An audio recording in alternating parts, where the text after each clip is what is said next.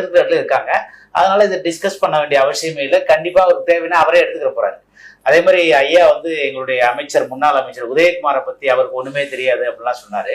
அவர் வந்து எங்க கட்சியில வந்து பல பதவிகளை வந்து மாணவரணி மாவட்ட செயலாளர், கட்சியினுடைய கழக மாணவரணி செயலாளர், கழக இளைஞரணி செயலாளர், கழக புரட்சி தலைவர் அம்மாவரை செயலாளர், 3 முறை சட்டமன்ற உறுப்பினர், ஒரே டைம்ல 3 துறைகளை வந்து நிர்வகித்து அவர் மிகப்பெரிய தலைமைசாலி.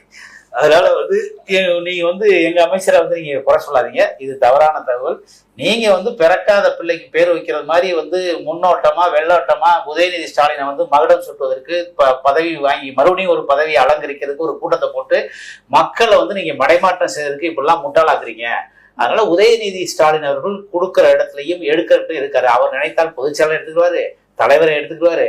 அதனால அவர் வந்து கொடுக்குற இடத்துலையும் வாங்குற இடத்துல இருக்காரு. அதனால அவருக்கு இது ஒரு மேட்டரே கிடையாது. ஐயா, இப்ப கேள்வி கேட்கறதுக்கும்